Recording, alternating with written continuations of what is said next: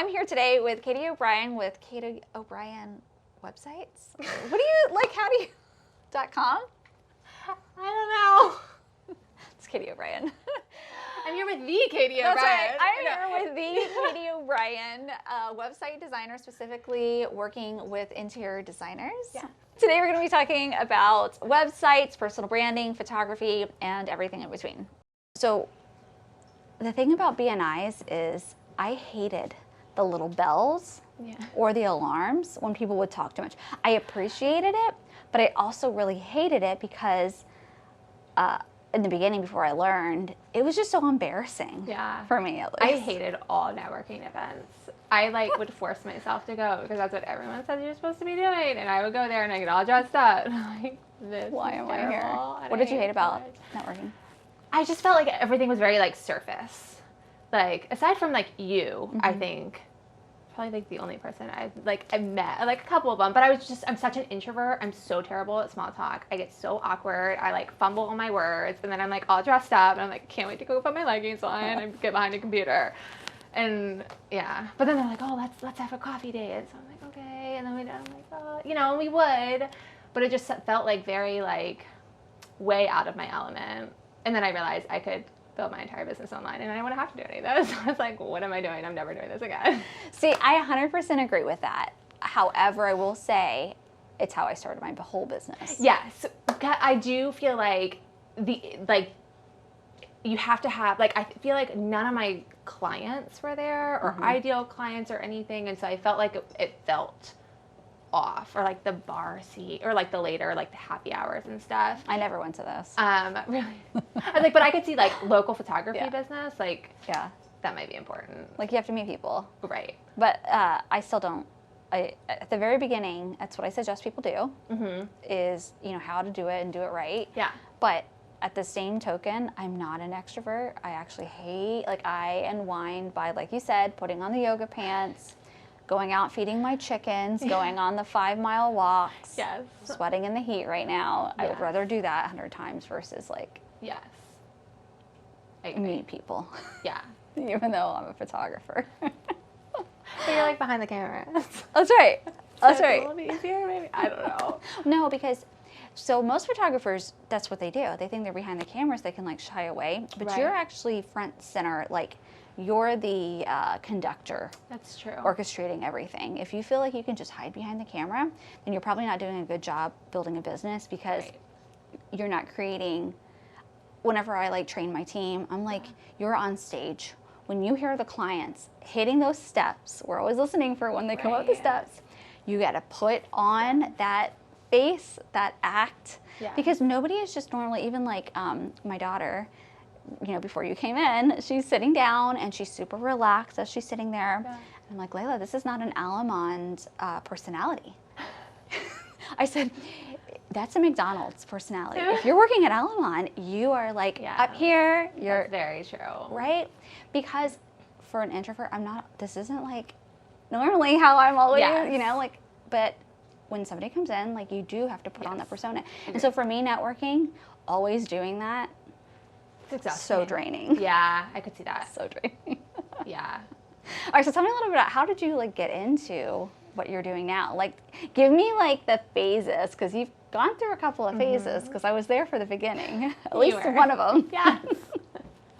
I'm I don't know how far you want me to go back. There are definitely, I will say, I worked for a small business as an administrative assistant because I didn't have a college degree, still don't have a college degree of any sort. And I just couldn't figure out what I was going to do with my life. So I was I'm just going to go get a job and then go to college forever until I figure out that thing.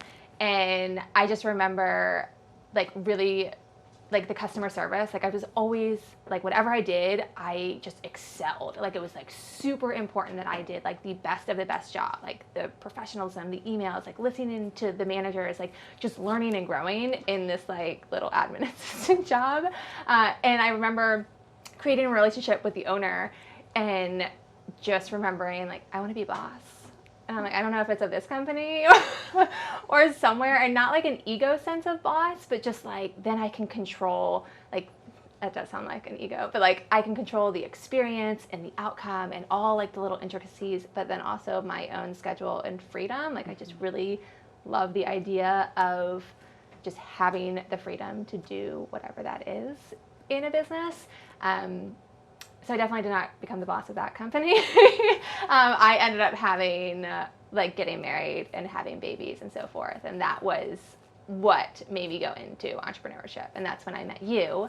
I was actually 4 weeks pregnant with my daughter, and I was like, we're going to start a business. Well, I will say I started a business before that, and I kind of did all of the online learning. So it wasn't. I do remember. It was 2011, so I didn't meet you yet. I started the business. I used my engagement photos and wedding photography, cropped it as my headshot for my website. So I cropped the bridal dress out, and I tried to change the color of my dress so it wouldn't look like a dress. That was what I launched. And so that was a coaching business. And the reason I launched the coaching business was because I couldn't figure out what I wanted to do with my life. And every single thing I went after in college felt wrong. And I kept changing my major, and I kept trying to figure it out. And I discovered the coaching industry, and I thought, oh my goodness, you can get paid for this. I'm going to do this. I'm going to start a business. I'm going to stay home with my kids. And that's essentially where I thought like my whole life would be. But I found you was when I was like, okay, no more wedding dress headshot. Okay, no more like cheap website presence. And I noticed, I was like, okay, everyone that I looked up to in the online industry, they had like stellar photos, and I didn't know how like they achieved those. And I remember, I think I found you on like the chamber website. Okay. I was like trying to remember, how did we actually meet? I do. I remember. I think I filled out like a form, and you legitimately called me. I want to say it was like that day. I was like, oh my, hello. Like, I remember exactly where I was sitting, and I was so official because it was like the first like investment that I was going to really make in myself and my business. I thought like, hi, I'm doing this headshot thing. And so we scheduled it, and I didn't even, like I was already married. I had my coaching. I was in coaching, my coaching program like, to be certified. And so I was working with a couple people, but I definitely did not feel legitimate until like I had headshots. Do you think it was the headshots, or do you think it was the investment? Because obviously you invested in your coaching program. Yeah. Or was it just the headshots? I don't know. I don't know. I feel like after I got my headshots, I was like, wow, you're not faking anymore. Like, you're legit. And it was just, I think it's just like the visual of that. And then I could like use them on my website and my social media and my business cards. And I felt like it gave me such a substantial like presence, like branding, I guess, of having that. It's like getting those, it's like the real estate agents when they get their business cards. They're like, now we're in business, buddy. Right? And so it was, but I remember I was 4 weeks pregnant because I was like, I'm going to get like big here. I need to get these headshots done. I wanted it. I had that done. I finished this coaching certification. And then that was when I left my 9 to 5 because I was still working like up until I was pregnant. And it like, I don't know, I'm like, how do I even continue on that phase? Like coached, stayed home, made very little money, like very little. I probably invested more money than I made after leaving my 9 to 5. So it's like I left my 9 to 5 and I was like, full time, we're going to do this. Things were ramping up, and then it just like everything stopped. And I remember income wise, like, oh my goodness, this is going to fail. And my husband was super supportive, and we had his income, so we were making it work. But then it started like really picking up, and what happened was I really niched down in who I was working with, and as a coach. And so I was kind of bouncing around and trying to find like who I wanted to work with, and like I would get really excited about an idea, and then I'd get out there, and then I realized no one wants coaching for whatever that was. A lot of it was like new moms or like pregnant moms, and like pregnant new moms don't know they need like coaching until they just want sleep. Yeah, they want sleep, they want survival, they want the best book, like, you know, like, and so it was kind of like trial and error of figuring out who I really wanted to work with.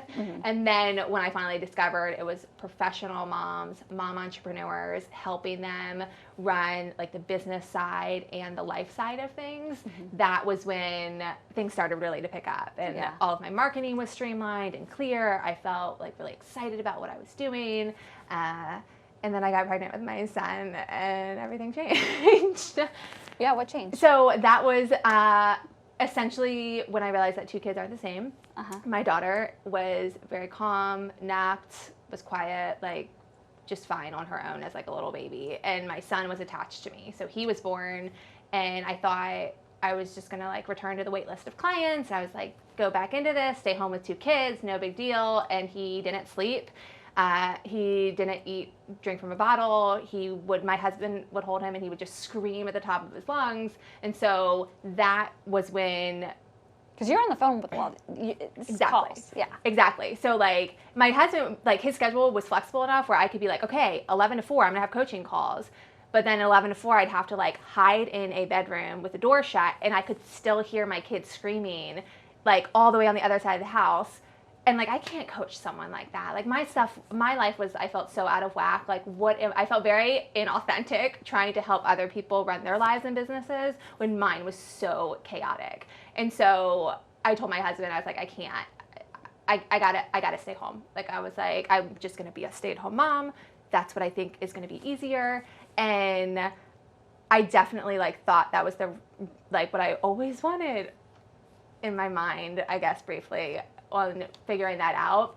And then I realized that I wanted a little something like for me. So I told coaching clients I'll return like when my kids are in school because I can't survive doing this. Then fall 2015 and then January 2016 is when I launched the business that I have today. So basically all that money that you invested in for the coaching was not actually a waste. It just helped get you to this next business. And honestly, what I was like, I thought like I didn't make a lot of money coaching until like towards the end where I was like, wow, this is like great. This is sustainable until I had my son. But it was like all of that experience. And so now, and it's funny too, like I find myself coaching my clients and I find myself like all of the business experience that I feel like that's what I really loved about the coaching. Like coaching, it was great, but I always kind of felt a little timid and a little like I didn't want to be too outspoken. It felt a little off, but I thought that was just because I didn't hit like success yet. But honestly, I just feel like it wasn't what I was meant to be doing. But the business side, like the websites, the tech, the like talking about growing a business and marketing and digital strategy, like all of that, I loved. And so I feel like that was just kind of prepping me to make the leap into website design and do what I'm doing now. That's awesome. Yeah. That's super cool. So tell me, okay, so basically... I know, I was like, I feel like I need No, to that was cut good. all of that because I was like, I didn't even get to the phases of what I'm doing now. That's a good story, right? Okay, so when it comes to you got really excited about the back end, essentially, of running a business. Yeah. How did you choose websites? So it was actually my husband who was like, you can get paid for this. And I thought, no. Like, what were you doing when he said you could get paid for this? So he started a power washing business. Oh, okay. And I was like, let me do your website. I was like, I want to make you a logo. Because it was fun. It was creative. And he got so many compliments on his website. And he was like, everyone kept asking him, like, who did your website? Who did your website? And he's like, Katie, you could like make really good money doing this. And I'm like, no, it's just fun. Like that is too complicated. And for me, I knew how to do it all. I didn't know how to do it as a business. And so that really scared me. And so he said that like when I was back coaching. And so when I started my business, I didn't have the confidence to be like a website designer. So I was like, I'm going to be a virtual assistant for websites. Like just the phrasing of like looking back, I'm like, could you just own it? Like, could you just step into that and be like, I know what I'm doing, own it. And so I didn't. I was a virtual assistant for websites and in WordPress. And but what happened was once I started getting in there and working with my clients, I would see their websites, the back end of things, or how the tech is all set up, and it would be terrible. Or I could see them hiring people who are not doing them justice, and I would try to voice that, and I would try to say, hey, what about this, or we should do this, and I would have all this knowledge. And I felt like that virtual assistant title was more of like here's a checklist, do this, and they didn't care about anything else in return. Also, my price points were like way low. And they were probably paying these other people a lot more. Yes. And so they're thinking they're the experts, not virtual assistant Katie. Exactly. And I was like, I can't do it anymore. And so then I slowly, like, I remember I took like a web developer course and a website design course and like all these things to like learn this skill to be able to have this title I can give myself. And that you already knew how to do. I knew everything in the course. I was like, okay, thank you for the validation. Taking my money and the certificate. Yes. And I'm like, okay. And so finally I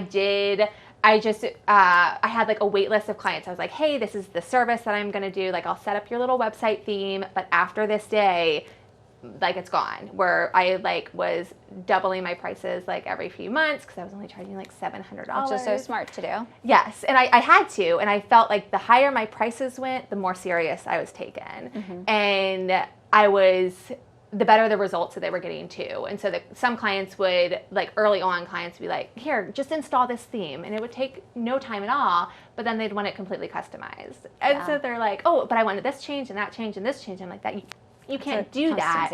Right, in this thing. And so I was like, and so that's when I really reframed, like probably mid to late 2016 is when I was like, we're doing custom. I'm not doing themes. You're not choosing your theme. We can meet and we can strategize. What are you inspired by? What websites do you like? And then I'm going to build that on a platform that allows me to completely customize it for you to whatever you want, to whatever serves your business, but at the same time that you can also update if you want. Because I think that was the scary thing. Like when I got started, people were hearing custom and they were thinking, I can't update it myself. Yeah. How do I change a photo? How do I update the copy? And so me getting started, it was really important to be custom, but also user-friendly for them to be able to update if they wanted to update it. So what were some of the biggest mistakes that you saw that like really inspired you? You said the tech was all messy. What were some of those biggest mistakes that you see, maybe even today? Yeah, so I will definitely say the things that like I see the most that I'm seeing like mistakes on websites are there's so much content. There's just so much going on. And you're a minimalist too, right?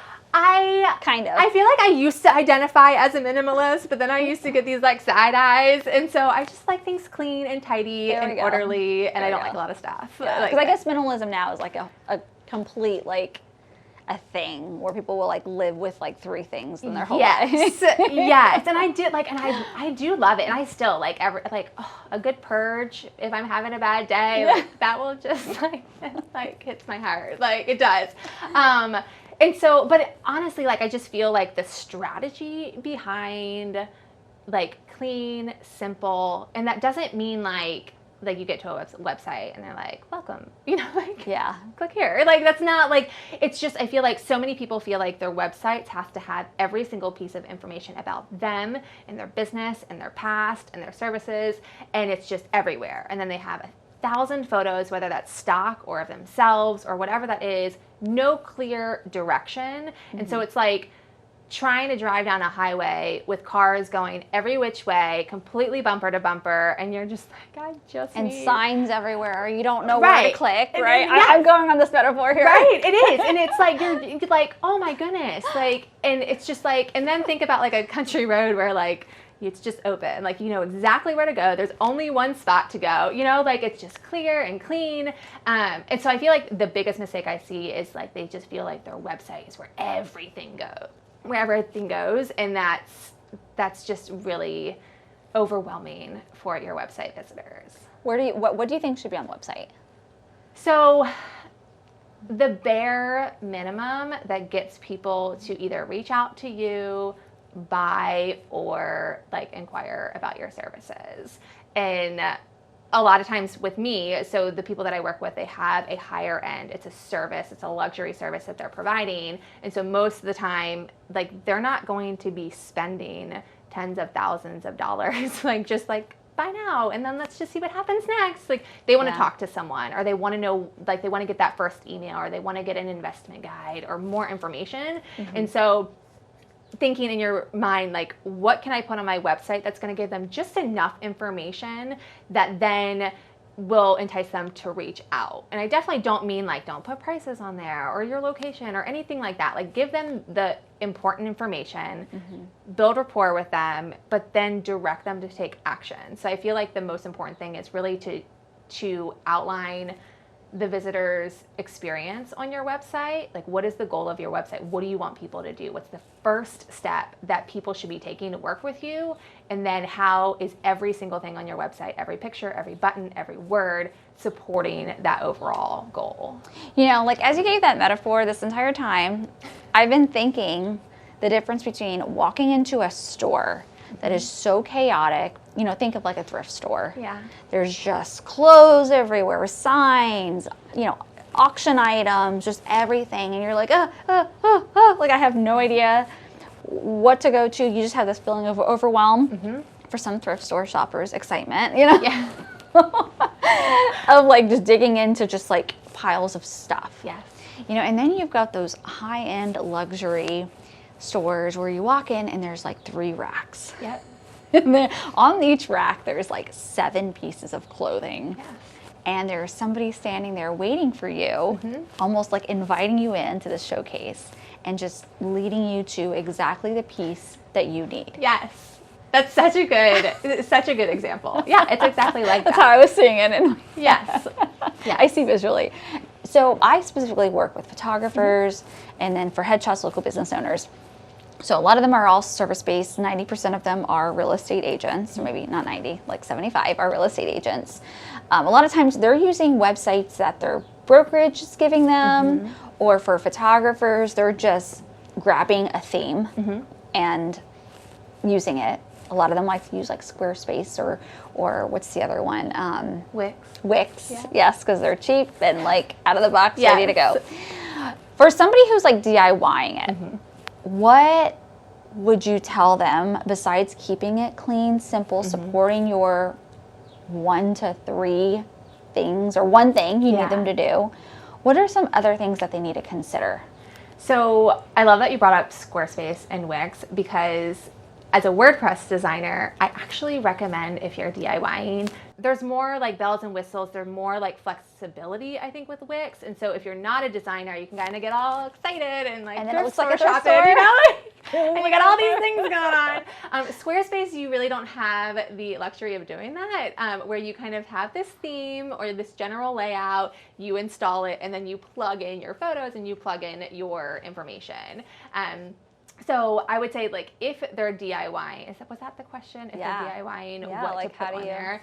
So I would say, like, okay, so in my mind, I'm thinking, like, structurally. Like, This is how pages. you work. This is how you work with clients. Yes. You create customized websites. Yes. You don't just grab a theme No. and then upload it with photos and words. No. You start from the White screen. Yeah. I start white screen and we do a strategy session in a Google Doc. And I mean, the first question I ask them is, well, I will say, so the first question I ask them is like, what do you want, like, website-wise? Like, what do you want people to do? And it's really surprising. A lot of people were like, wow, that's a great question. Or don't like, know. they haven't, it's such a simple question, but most people are like, I need a website because you need a website. Yeah. And this is, I need this page because you're supposed to have that page, and I need this. And it's like, whoa, whoa, whoa. What do you want them to do? Like, what's Yeah. the goal here? And so identifying that, but then also too, like, even if you're DIYing, who's your ideal client? And so I feel like that really gets overlooked too. Again, it's, I need a website because I have a business and that's what you're supposed to do. It's like, okay, great, but who are we building the website for? So we've got Yeah. your goal. Now who's visiting your website? And so identifying who that ideal client is and getting really, really clear. What are they looking for? What's their life like? What's their home life like? Their professional life? Like, Yeah. what do they want? What do they not want? What are their hopes and dreams and all of that? So you work specific, because that could feel overwhelming for somebody who, which, by the way, most business owners don't have the answer to that, because I used to do a lot of consulting. yeah. They don't know any of those answers. Yes. You work within a specific niche now, Yes. probably because you pretty much have the answers to help guide them. Yeah. So I will say, So you're right. So some people don't. And honestly, a lot of times, and I think even on my like contact form on my website, I'm like, tell me about your target audience or your ideal client. And if they don't know that, that's a huge red flag for me. Oh, That's, I don't think you're ready to work with it, like a website designer, because it's a custom experience. And so how am I going to create something for someone we don't even know about, like color, psychology, like logo design, like fonts, imagery and all of that, yes, it needs to be authentic to their personal brand, but it also needs to be speaking to who their target audience is. And if we don't know that, then like honestly, if I don't know that, my job is super difficult. And then I'll give them something and they'll be like, well, this doesn't feel right. And be like, oh, well, we have no like baseline to go off of. It's like, oh, well, I just thought this might look good. Like, I don't want to do that. The investment is way too high for me to like build something for someone I don't really know. So I do. That's a red flag for me. And a lot of times if they're like, I'm not sure, I'll say, okay, great. You need to go do some work and you need to figure that out, or hire a coach or get consulting and have that. And I do have like questions and I have resources for them to like kind of work through that. If they're like, no, like I'll figure it out. I'll get that clarity. Yeah. But the clarity has to be there for your business, your services, your ideal client, the website goal. All of that has to happen before you can have a successful website. I love that. I love that it's a qualifier for you. Yeah. So do you have somebody then? See, that might be a great connection for you if you don't do it yourself, to have somebody who helps with that clarity of like, here's a clarity coach to help you really niche down. Or like something that I've done with my clients is I'll ask them, let's just go through your last 5 clients. Yes. Let's talk about them. The ones that just made your heart happy. Yeah. Because a lot of times people just don't sit down and do that work. Like you said, you've got questions to kind of guide them through it. They don't do that work to really figure out, oh, so that's who my ideal client is. I thought it was this I thought it was the new moms. Right? Been there. But it's like, no, because now you actually specifically work with interior designers. Yes. I know I'm kind of steering off. How did you get to interior designers? So I love the industry. Like, I love it. Someone asked me this question, and I was like, I'm the type of person that just like frequents realtor.com just to look inside people's houses. Like I do. It's just, even my husband's like, oh, we're moving? And I'm like, no, I just want to look at all the houses. Some inspiration. Right? Like, I was like, no, I just like houses. I like the interiors. And I'm also a huge homebody. So I would be home all day long, like all the time if I could. It's just like when I walk into my home, it's like this sense of like, oh, and even for my kids, like creating that space, like when they have a hard day at school, they walk through that door and it's like they can just let go. And so supporting an industry that can help people create that environment and create that feeling and just create that sense of just home is awesome. Like it's everything. I get so fired up. I get so excited giving them this platform. But I definitely wasn't always in the interior design space. I worked with coaches primarily because I knew the industry. I was coming out of that industry. I was very well known. I still have coaches reaching out to me, but I just wasn't as fired up about that industry. Kind of got to be like everything was the same. And then there were some coaches that didn't necessarily agree with like business practices or the way that they did things. And I'm like, oh, I just kind of again felt that there wasn't that. Yes. Right? I hear this as a like reoccurring theme. If you don't feel good about what you're doing, you can't continue doing it. I can't.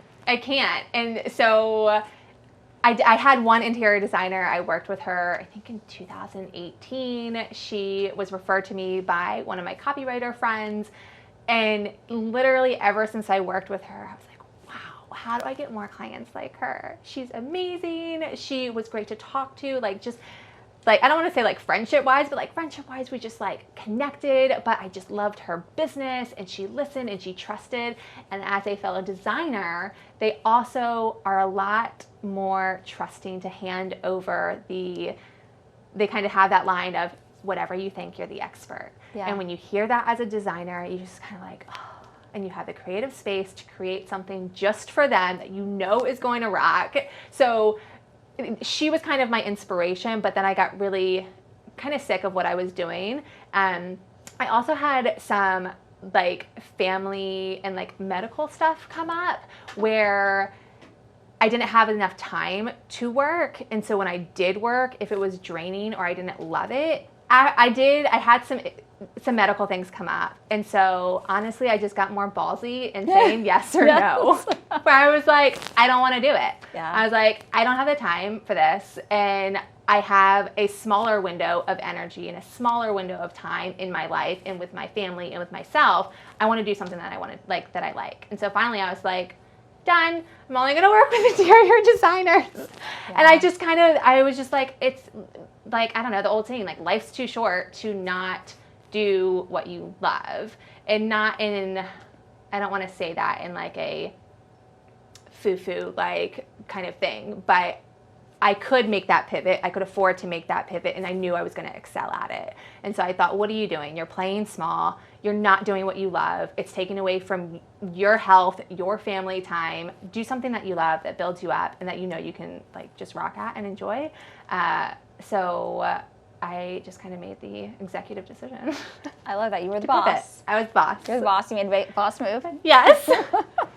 We were talking about interior designers. When you're working with your interior designers, you had said that you didn't necessarily love the coaching industry. I'm rephrasing my own words, because it started to feel like the same. Now, what was different in interior designers? Aren't they all the same, or no? Yeah, that's a really good point. I think for me, it was kind of all the same, and I didn't love the industry. So I feel for me, I want to say also kind of like the challenge of the interior design industry is not like logo, big photo, like how can we customize this and combine their personal branding with their business? I was going to touch on and that. then build this beautiful online presence. Yeah. I think the other thing that I really have found that I like about interior design too is just I'm really good at tech. Like I'm really good at websites. Like I know I'm really good at my job, not from an ego place. I just really excel and I love it. My interior designers are very good at what they do. Yeah. But they hate websites. Like they hate tech. And so it's also so satisfying to be able to let so many of my clients, like this has been a weight off my shoulders. Just knowing that I have you now as a part of my team and like you have this covered. It's kind of like I can do what I love and excel at it to support an industry that I love while they can focus on what they love and do what they love in their business. And so it's just like a win-win-win. It's funny that you say that because that's how I felt about weddings. So I used to photograph weddings. And so like as I'm listening to your story, that's like my story in terms of like the weddings. Hated photograph. I loved my clients, but I hated photographing weddings because I felt like it was the same thing over and over again, just with different colored flowers and different couples. It was the same, like there was never any drama, but the same interactions. And I was just like, I felt so drained. I had to like have to hype myself up before a wedding. Like I had like music that I played to like get me into. And so I was like, you know what?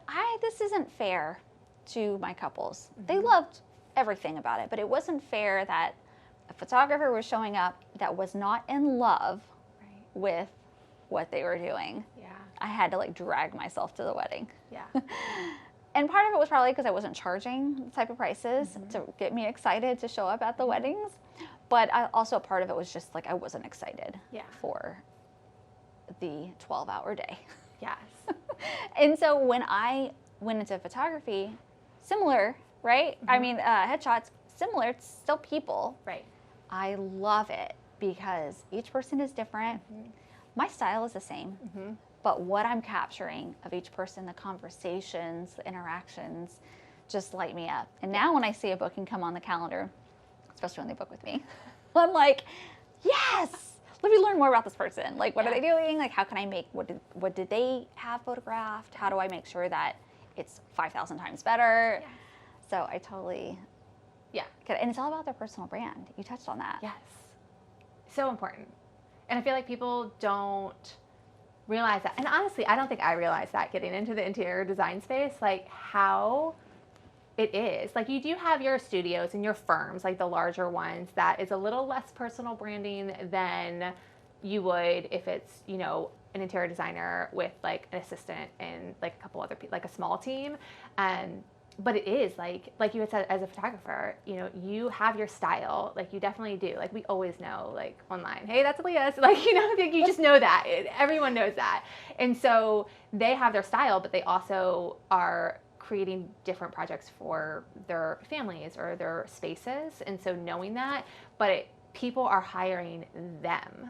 It's not necessarily, I mean, they are hiring the business. People are not necessarily hiring the business. They're hiring the designer. Yeah. Same with me. People are not hiring my website design business. You know, they're hiring WordPress. They're not looking for a WordPress site. No. They don't care what you're designing it on. No. And when they Google, they're not like WordPress website builder design. Like that's not, I mean, at least you're not finding me, or I don't want to work with you if you are. You know, they're looking for website designer for interior designers, or interior designer website design. And so it's like they're looking for the person that they want to work with. And so having your personal brand align with everything else online, like having that all just blend and mesh together, is so important. I love that. I love that. So what are some of the ways, I always like the number 3. Okay. What are 3 ways that somebody can really integrate their personal brand into their website? So, great question. Number 1, I would say, is photography. Like, start with photography. And I'm not just saying that because I'm talking to you, but I really do. Like, you need to have professional photography because I feel like it tells the story. So not just of your work or your business or like from some cool stock photo, you know, or photo site. Like, it needs to be personal branding, like photos of you, of your work, and kind of having that all together. I think it's like number 1 that you want to do. The next would be copywriting. So someone helping you, either helping you or doing it for you, like writing the words on your website, because photos are great, but they also need a little bit of help with context. Exactly. Yeah. So having the balance of that there together, and then having the, I would say, like personal branding, that, so your photos, your website copy, and then I would say the brand design and website design coming together. And so, you know, having your photos, having your copy, and then having it all kind of pull together in this beautiful cohesive experience for your brand design. So like logos, fonts, colors, patterns, anything else visual, and then having your like the flow of your website and everything. Yeah. And then even like, can I add one thing to that? Yeah. So we've been talking a lot about websites, photography, but social media. Yes. How big is social media for your clients, for you? How do you integrate the websites with social media? So, social media, yay. It took you a little while to get on it, didn't it? And I'm glad that you did, though, because I feel like people start there. Yeah. People start with social media, and they're like, how do you build a business on social media? And it's like, you build a business first. Like, you gotta, like, again, like, ideal client, services, branding, like, what do you want? And so I am definitely the minority when it comes to social media. And so I try not to give my advice. And when I do give my advice to my clients, I say, hey, this is Katie advice, and this is not the norm. And if you Google this, it probably won't be found. And so I always say your website is your hub. So your online hub. So anything that you do outside of your website should be bringing people back to your website. And I say that because when it's strategically built, that's going to convert people into clients, into email subscribers, and so forth. It's your store. Exactly. It's your store. So that's where transactions you happen. want to be bringing people that way. I feel like a lot of times nowadays it's like people are like, oh, I want my Instagram whatever thing. I should know this as a website designer. I don't fight my clients, but I strongly encourage. I said, we can put your little Instagram border like thing at the bottom with all your photos. And I was like, we can do it. I don't advise it. And I said, but we can. Why do you not advise it? I think it's good to know the why. I think I know. But yes. So when someone's on your website, like we said in the beginning, we have a very clear goal that we want them to achieve.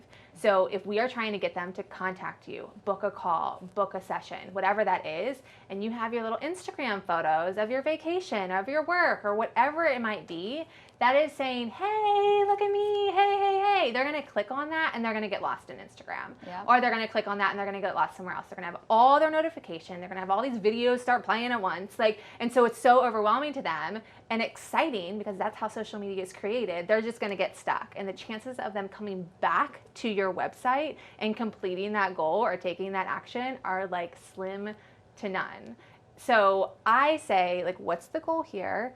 Great. And I don't say, I'm definitely not, there are some designers who are like, no social media on your website, but I'm not. I like social media and I do it.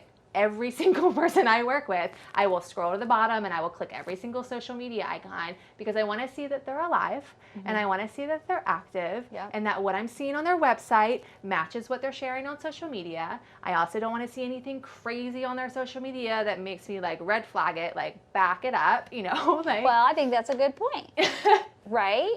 I don't know what you're talking about, but for me, when I see certain values or certain things being pushed out there, I'm like, ooh, and they say, they being whoever, everybody else besides me, put your like personal beliefs out there because you want to attract and push people away, which is true. It does. It pushes me away. And it attracts me. Like certain people that I align with will attract me. Yes. But anyways, continue. I'm so sorry. Yes. No, it's true though. I'm the same way because you like, and I've even had fellow service providers really share like everything that's going on in the world. They share their opinion about it. And I have clients said to me that they're like, I don't want to work with those people anymore because I saw this. Like, or they shared something or whatever that is. And I'm like, I get that. It rubbed you the wrong way, and that's what you're thinking about when you're thinking about their business. Have you ever had anybody ask you, what do you believe about something going on in the world? Like a client? I'm trying to think. I try to steer. I definitely have had people share their opinions. Yeah. And so it's like, okay. But I definitely... So I'm the same way. It's none of your business what my personal beliefs are, right? Right. But that's not what the world thinks. The world thinks that they need to know because they want to know where their dollars are going towards, because they believe that that's going to somehow change the world. And I, when they said, how do you believe about this and this? I'll say, you know what? If you would like to know how I feel about something, let's go out. Let's go out for coffee. Let's go out for lunch. Let's have a conversation and get to know each other first. Yeah. Never take me up on the offer. I had like 2 different people. It was during like a couple years ago. And that's because it aligns with how I really believe. These things that are so important that we feel we've got to like, they're not surface level social media conversations to have, because then you're just going to put my beliefs into a little box and say, you're just like XYZ. Yes. That's not fair to like other humans. Yes. So I'm always like interested. Yeah. I do have on my about page kind of like my values on there. And I will say like, and like working with my copywriter, like we did, like my values are my commitment to you. And so what do I think is important? And so I will put that, and I do have a very strong faith. And so I do put like a taste of that on there just so like, it can push away certain people that maybe and I will like I think like the most like faith thing I have on there is like I donate a portion of profit to Habitat for Humanity, and it is kind of like a faith-based organization, but it is about like creating homes for people who need it, which aligns with everything. And so but if someone's turned off by that, I don't really want to work with them anyways. There's plenty of people to work with, but I'm definitely not social media. That's social media. Squirrel. Right? So it's definitely, my motto for social media is like, hey, I'm alive, I'm professional, and I'm current. And so personally, I post things that will then validate my service, and it will, like bring people back to my website. So whether that's, I do content marketing, and so I do blogs and so forth. And then I share like obviously website launches on there. So for clients, a lot of people are like, well, what do you think about this? Should I be on here? Should I do this? Should I do that? And so what I've always recommended is start with one. Start with the one where you know your clients are. So I don't care what anyone else in the world is doing. You ask your ideal clients, your target audience, your favorite clients, what social media platform do they hang out with the most? And it doesn't need to be like professionally. It can be like they're posting pictures of their grandkids or whatever. So like, where are they? And then that's where you should hang out. Like that's where you should put your focus. And start there, do that really well, and then when you've completely exhausted the possibilities of that, or you have more bandwidth, or you have an assistant, okay, then what's that next one that's going to help you? Where's that kind of next level that's going to support your business? And then touch on that. And so, like, for like a lot of times too, I will also say, like, the other reason I use social media is because it continues to nurture relationships I have with existing clients. And so, like, I just saw one of my clients, like, she's a grandma for the first, like, she just had her first grandbaby, and I was like, oh my goodness, this is so cute, and we're messaging, and so, like, that builds more rapport. Like, yes, I'm taking care of her website, but I also love watching her family, like, grow up and blossom. And so creating those sort of relationships as well. And I think for interior designers, for photographers, for service-based businesses, like having, again, the personal branding, like you are a person, so show up as a person, not like a hard entity. Business. Yes, entity. Business entity. Okay, so you have let's say a client has $1,000 to spend. Obviously, your websites are not $1,000. No. You're in more of the luxury end. What would you recommend this person who has a creative business, whether it's a designer or whether it is anybody in the creative world, how would you suggest them investing this $1,000 that's going to actually help them move forward? Great question. I have 1,000 follow-up questions.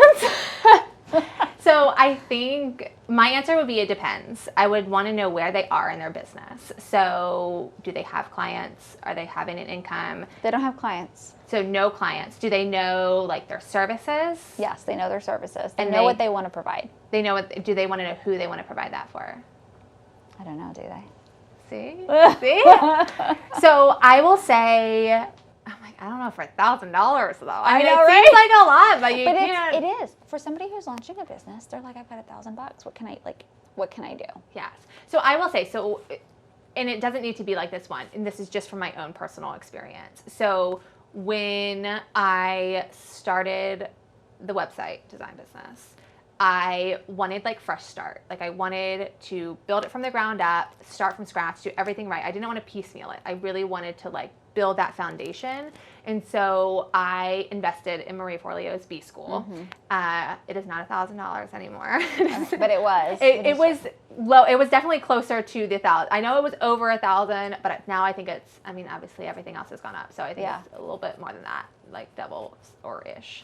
But and not necessarily even being that, like, yes, I love that program. And what that did was it allowed me like just to work through the program with also a group of other people building businesses and have the foundation, like profit clarity, marketing, email list, like website, you know, all of this other, like building relationships, networking, and so forth. So I really kind of started from the ground up and I did all the work. Like I did every possible worksheet, joined all of the classes, you know, did all of the groups. And so you were an A student in school, weren't you? You were like teacher's pet, like front row. So I was in elementary school and then I hit middle school and high school. And then I'm like, why am I doing this? This is pointless. And I definitely got into like, it needed to feel aligned and it wasn't. So like I excelled at the things I liked to do. Which is the ribbon through your life story. I did. It's like I just didn't want to do that. So, exactly. So I would say, you know, in investing in something that can help you build the foundation of your business and having and set you up with like all of the right steps for you, would probably be my advice. I agree. That's what, if somebody came and asked me that question, it would be invest in a program that's going to, number one, make you start taking it serious because you just put your hard-earned dollars into something. Number 2, lay down the steps for you. Yes. And then number 3, gave you those very actionable items for you to take, because some people are like, oh, put them in Facebook ads or put them in, photography or even a DIY website. It's like, but you don't know any of the most foundational items, which is like the follow-up questions you were asking. Who's your target audience? Right. Who are you speaking to? Right. What are you selling? Right. What's the price point that you're selling it at? Yes. Like, how much are you selling it for? Right. What groups do you need to be in Yeah. so that you can start attracting those people? Yeah. What are the words you need to say? Like, there's so many. Yeah. I'm glad that we're aligned on that. It's like, but if you get the education, spend that money on education, and give you a roadmap Yes. to take that $1,000 and turn it into hopefully $1 million, versus take that $1,000 and spend it in Facebook ads, or it's like. And I did that. Like, it's so funny you saying that. I was like, wow, I totally lived that with my coaching business. I remember I built the website. I got the business cards. I bought ads to, I don't know what even for what. I'm sure I saw some article, but I did all the things that I was supposed to do before. Like, I did the meat, like the foundation of it. And so it was kind of just like sending it off, like into wherever. Yeah. And then you fail, cross Yes. your fingers, hoping it comes back. Right. Like, how did everyone else make all this money, and do all of this? And it's like, well, like, you don't even know what you're doing. Yeah. And so for me, like, I don't think I like knew that I was doing that, but I knew like this is a fresh start. And so I wanted to start it with the foundation. And honestly, I feel like my other advice is making the investments. I feel like it's so common nowadays where people are just like, they're signing up for everything. Yeah. This group program and that group program and this coaching program and that course, and I'm just going to collect all this information and it's going to be so great. And then they don't do anything. Yeah. And so literally, I feel like for the first like 3 or 4 years of my business, the only investment I made was into B School. And I just took, it was a lifetime. So I just like went back through it and I used, like, I did it like over and over again. But there were so many people who joined with me that were like, oh, I haven't finished yet, or I haven't started, or I haven't. I'm like, what are you, like, I remember being at the gym on like the stationary bike with my notebook, and I had my AirPods, or they weren't AirPods at the time. I don't know what they were. There was something in my ear, and I was listening to it, I'm watching it, I'm taking notes. The kids are in the gym daycare, and like as soon as a lesson dropped, I was on it, and I was like, what, like just devouring it because. But I was like, I don't know how you really like teach that, but I would say don't make an investment unless you know you're going to follow through and do the work. And I don't know like how to teach someone or give advice to someone who does buy all those things and like halfway does it. And so maybe it's not a program, maybe it's a coach or a group program that gives you that accountability, so it's not like a self-run thing. So maybe it's maybe you do a higher investment, or you find a different program that's going to work for your personality. But like really, it's not just about the investment, it's about investing and putting in the work for it. Yeah, I like that. Where do you see, my last question for you, where do you see the online space, specifically website, marketing space? That's not correct terminology. Where do you see websites going? Like for people, not necessarily just the DIYers, but how do you see people using their websites as a creative service business owner? So there's so many trends, and there's always like the latest and greatest going on. I'm always like team timeless, where you like, so where I see it going is personal relationships. Like kind of what we talked about, what do you build, and just having that personal relationship, really understanding who your ideal client is, and like just speaking directly to them and providing them something, like putting your blinders on and building something just for your target audience, just for your ideal client, zoning out or like anything else that's going on, and really marketing and speaking to that person and creating an experience for them, I feel is like, part of me feels like that's where we should be, but also where I feel like hopefully more people are going to be going, and just providing a really just exceptional service, an exceptional product for your target audience. I think that's a huge insight, because especially with photographers, not just photographers, but they want to speak to everyone. So if they're a family photographer, or if they are a headshot photographer or photographer in general, they want to photograph anything and everything. They don't want to speak to one person.